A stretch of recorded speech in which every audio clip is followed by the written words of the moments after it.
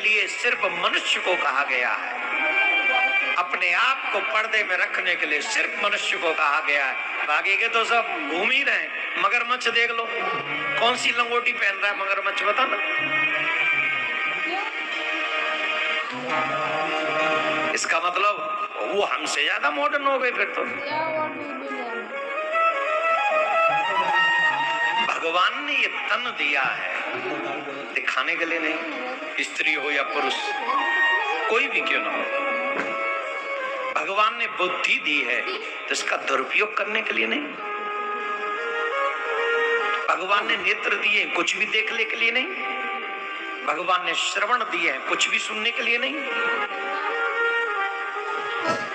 इसकी सीमा है। भागवत में एक प्रसंग आता है, अजामिलोपाख्यान। कान कुब्ज द्विज कस्य दासी पति रजामिलः नाम्ना नष्ट सदाचारो दास्या ससंग दूषितः। कानकुब्ज देश में अजामिल नाम का एक ब्राह्मण रहता है और वो ब्राह्मण बड़ा वेद पाठी है, पढ़ने लिखने में बड़ा, कर्म कांड में बहुत प्रवीण है, बहुत निपुण है, बहुत माता पिता की सेवा करने वाला है। ब्राह्मण कर्म को यथावत विधि विधान से पूर्ण करने वाला है। माथे पे तिलक, सर पे शिखा, यज्ञोपवीत। आज तो कई ब्राह्मण ऐसे हैं जो यज्ञोपवीत धारण नहीं करते। बहुत ब्राह्मण आपको ऐसे मिलेंगे। कितने ब्राह्मण आपको ऐसे मिलेंगे जिनके सर पे शिखा नहीं। अभी यज्ञोपवीत क्या नाम है वो आने वाले हैं, क्या बोलते हैं उसको, पितृपक्ष। ऐसे किसी ब्राह्मण को भोजन मत जिमाइएगा जिसके सर पे शिखा और कंधे पे यज्ञोपवीत न हो, अगर पितरों की मुक्ति चाहते हो तो। और ये ब्राह्मणों के बोल रहा हूं मैं। पितरों के निमित्त जो भोजन कराया जाता है वो ब्राह्मण ऐसे को जो गायत्री जाप करता हो, और गायत्री जाप बिना यज्ञोपवीत व्यक्ति धारण किए कर नहीं सकता।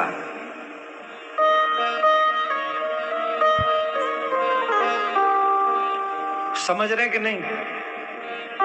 जिसने यज्ञोपवीत धारण नहीं किया वो गायत्री जाप नहीं करेगा, और जिसने गायत्री जाप नहीं किया वो पितरों का भोजन नहीं स्वीकार करेगा। कर लेगा तो वो भी नष्ट होगा। करने और कराने वाले दोनों ही नष्ट होंगे।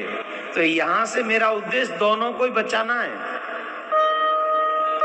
उस ब्राह्मण को भी बचाना चाहता हूं जिसके सर पे शिखा और कंधे पे यज्ञोपवीत नहीं, और उस यजमान को भी बचाना चाहता हूं जो ऐसे ब्राह्मण को भोजन जिमाकर अपने पितरों को क्रोध रुष्ट करने का भागीदार बन रहा है। तो मेरा मकसद किसी को दुख पहुंचाना नहीं है। यहां से इसका उद्देश्य सिर्फ इतना भर है कि हम इस बात को समझें कि यज्ञोपवीत ब्राह्मणों के बच्चों की शिखा नहीं है, वैश्यों के बच्चों की शिखा नहीं है।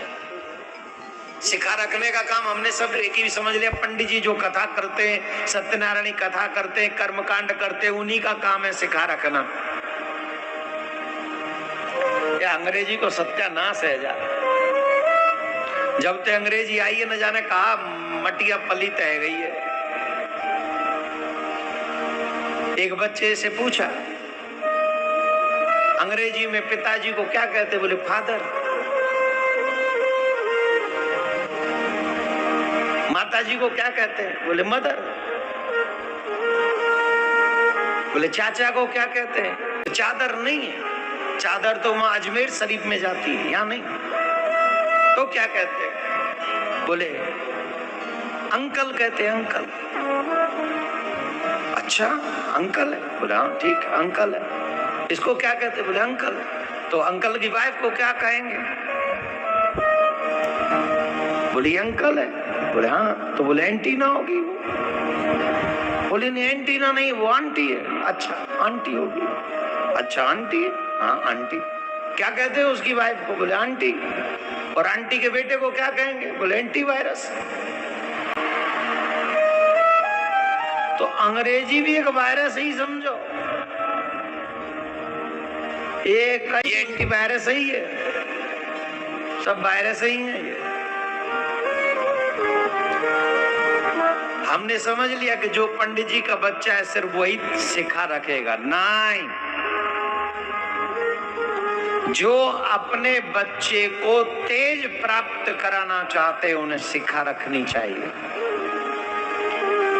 ब्राह्मण के बच्चे को 5 वर्ष में यज्ञोपवीत, क्षत्रिय के बच्चे को 7 वर्ष की आयु में यज्ञोपवीत, और वैश्य के बच्चे को 9 वर्ष की आयु में यज्ञोपवीत धारण करा देना चाहिए। ये नियम है।